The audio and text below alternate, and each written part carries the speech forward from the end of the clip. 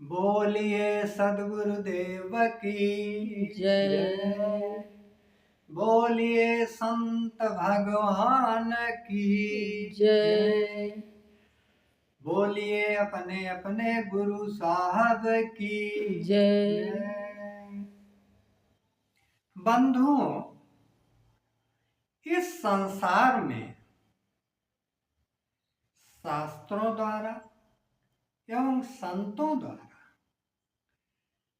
84 लाख योनियां बताई गई है।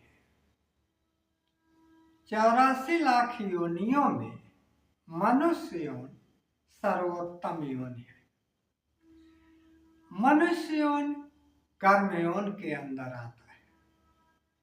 बाकी सब योनियां भोग योनि के अंतर्गत है। भोग योनि के प्राणी खाना पीना सोना जागना मैथुन करना इन्हीं तक सीमित रहते हैं। लेकिन मनुष्य योनि एक ऐसी योनि है जिसमें परमात्म चिंतन, सदगुरु चिंतन, ये सब विषय उसके अंदर रहते हैं। यह कर्म योनि है। इस संसार में वह नेक कर्म करता है, सत्कर्म करता है। इसीलिए मनुष्य की शरीर सर्वोत्तम मानी गई है। गोस्वामी जी ने मनुष्य शरीर की महत्ता के बारे में लिखते हैं, अरे बड़े भाग्य मानुष तन पावा, हर सुर दुर्लभ सब ग्रंथ निगावा। हर बड़े भाग्य मानुष तन पावा, सुर दुर्लभ सब ग्रंथ निगावा। हर साधन धाम मोक्ष कर द्वारा, अरे पाई न जे परलोक सवारा। अरे पाई न जे परलोक सवारा। अब सदगुरु कबीर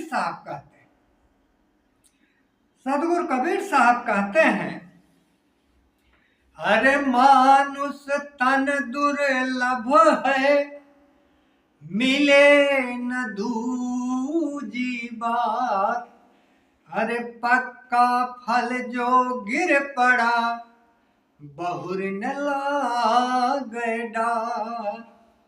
आगे कहते हैं, अरे मानुष जन्म तो कूदियो, अरे मानुष जन्म तो कूदियो, भजबे को हरि नाम। अरे कहे कबीर चेत्यो नहीं, लागो यो रही काम। कहते हैं भजबे को हरि नाम। हर शब्द का अर्थ है, हर शब्द का तात्पर्य है, हर माने हरण करने वाला। क्या हरण करने वाला? जन्म और मरण। जन्म मरण के दुख को हरने वाला जो हरि